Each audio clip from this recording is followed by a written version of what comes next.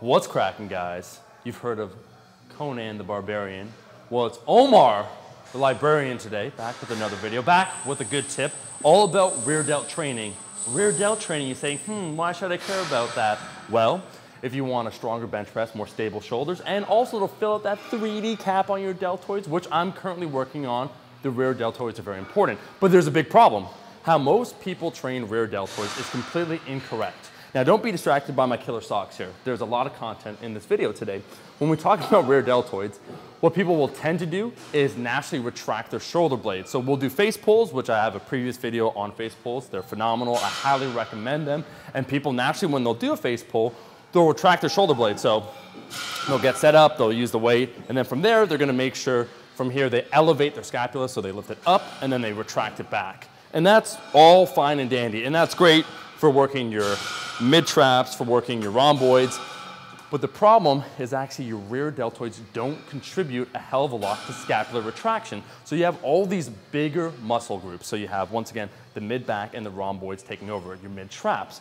The rear deltoids don't get as much love. The number one mistake people make when it comes to rear delt training, they lump it in with everything else. But it's a little guy, and little people need love too, which is why you don't want to focus on retracting that scapula. Instead, one of the major functions is 4 functions of the rear delts, but the 2 we're kind of focusing on is shoulder extension, so moving your arm behind you, as well as external rotation of the shoulder. So if we have our hand up here, that means rotating the hand out like so. But in order to make sure we're targeting that little guy, your rear deltoid, and your rhomboids and your mid-traps aren't taking over, we first need to learn the sensation of what it feels like to train those rear delts. So here's what you want to do. Get a band. It doesn't matter what resistance you use. This one's actually busted, which is easier than to feel it. You can increase the resistance. Again, it doesn't matter. What you want to do, you're going to want to do a lot of repetitions. You want to make sure you set your shoulders, not back. So most people, like when you set up, and I'm sure you've seen people set up for the bench press and like, oh, I got to warm my shoulders, and they'll go like that, so they set up in their bench press form and they retract. Again, great for the mid-back, not great for your rear delts.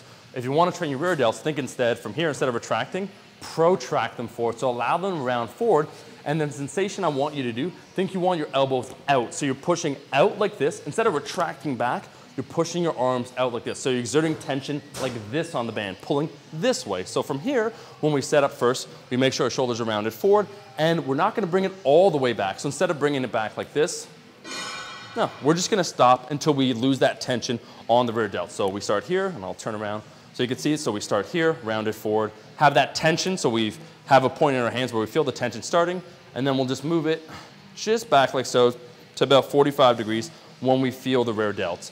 Now, your scapula will move a little bit, and that's totally fine. What we want to avoid, so this is fine, what we want to avoid instead, we want to avoid this, right? Where we're pinching it back with the shoulder blades.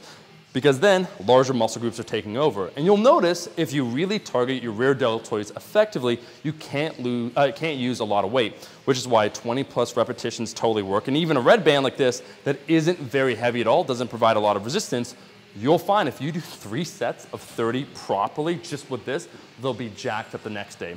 So that's one way of teaching how to properly feel your rear deltoids. Always make sure the shoulders are protracted forward instead of retracted whenever you do rear delt training. And we can even transfer this when it comes to dumbbells. So a lot of people like doing dumbbell flies, rear delt flies, but here's the problem once again. They'll set up and they'll grab their monster weight, like me, 15 pounds, but when they begin, they'll retract. So they pinch it back, they think, oh, pinch tight, I'm gonna feel it. No, your rhomboids, your mid-traps will take over. So instead, don't think pinch, think let it slump forward. And then from here, don't bring it all the way up. Just keep that tension where you feel it on the rear deltoid. And cables are great for this too. So you're allowing your shoulders, it's almost like you're rounding forward with terrible posture in order to target your rear deltoid. So you're here, same idea.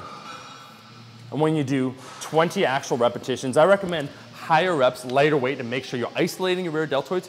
You should feel a lot more. So that's a quick tip when it comes to rear delt training with dumbbells, but we're not done, okay? That's why I am Omar the Librarian today, the face pull, okay? I wanna show you one variation. I think everyone should keep doing the regular face pull, and again, I'll link that in the description, where you have it back here. You elevate and retract the scapula, so you make sure we're back like this, shoulders set, and we bring it back. And that's fantastic, once again, for overall back development, and especially as a complementary exercise to the bench press. But if you notice that your rear delts are lagging, you're like, damn man, they never grow. try this out instead. So we're gonna set this up instead as shoulder height. What you wanna do is you wanna make sure we protract forward. So instead of retracting back like this, we're gonna allow them to slump forward. And then from here, the sensation we're gonna focus on is pulling apart. And that's why that band pull apart is such a great drill, because that really allows you to feel the rear deltoid. So here, we're gonna grab a lightweight. You can grab it like so. So you just hands at the back here. And instead, we're gonna allow it to shift forward. So we're gonna round forward. And instead of pulling back, which will still happen, and you'll notice my shoulder blades will move a little bit, and that's fine.